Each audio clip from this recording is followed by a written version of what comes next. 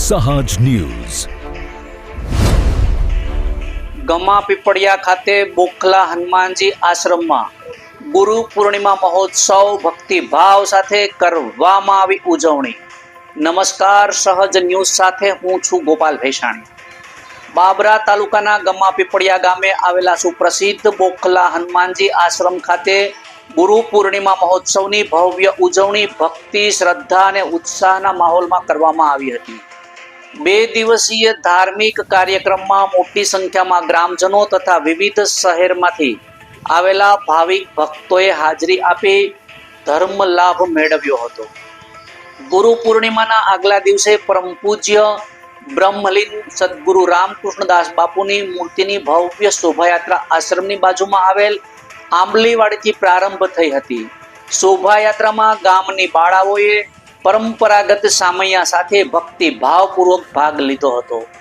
સમગ્ર ગામમાં ભક્તિમય વાતાવરણ વચ્ચે સમસ્ત ગ્રામજનોએ ઉત્સાહભેર શોભાયાત્રામાં જોડાઈ સદગુરુ પ્રત્યે પોતાની આસ્થા વ્યક્ત કરી હતી.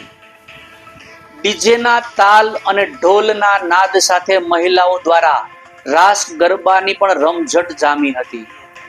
ગુરુ પૂર્ણિમાના પવિત્ર દિવસે બોખલા હનુમાનજી આશ્રમ ખાતે સદગુરુ રામકૃષ્ણદાસ બાપુની મૂર્તિના સાનિધ્યમાં વૈદિક મંત્રોચ્ચાર સાથે યજ્ઞનું પણ આયોજન કરવામાં આવ્યું હતું.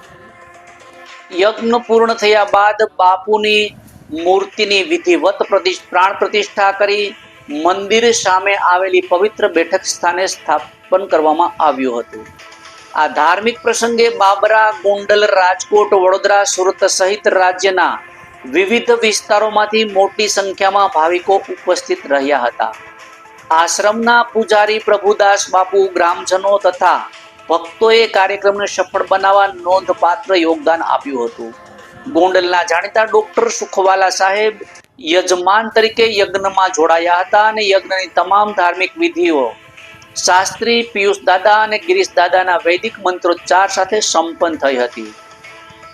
કાર્યક્રમ દરમિયાન ઉપસ્થિત ભૂતપૂર્વ ધારાસભ્ય તથા પૂર્વ કેબિનેટ મંત્રી બાવકુભાઈ ઉંધાડ, ડોક્ટર સુખવાલા સાહેબ તેમજ જિલ્લા પંચાયત સદસ્ય પ્રતાપભાઈ કોઠીવાલાનું ગ્રામજનો દ્વારા ફૂલહાર, શાલ ઓઢાડી સન્માન કરવામાં આવ્યું હતું.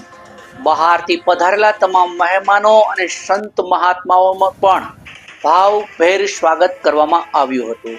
સમગ્ર કાર્યક્રમ આધ્યાત્મિકતા, ગુરુ ભક્તિ અને સામાજિક એકતાનો સુંદર સમન્વય બની રહ્યો હતો, જેમાં મોટી સંખ્યામાં ભક્તોએ પ્રસાદનો લાભ લઈ ગુરુના આશીર્વાદ પ્રાપ્ત કર્યા હતા.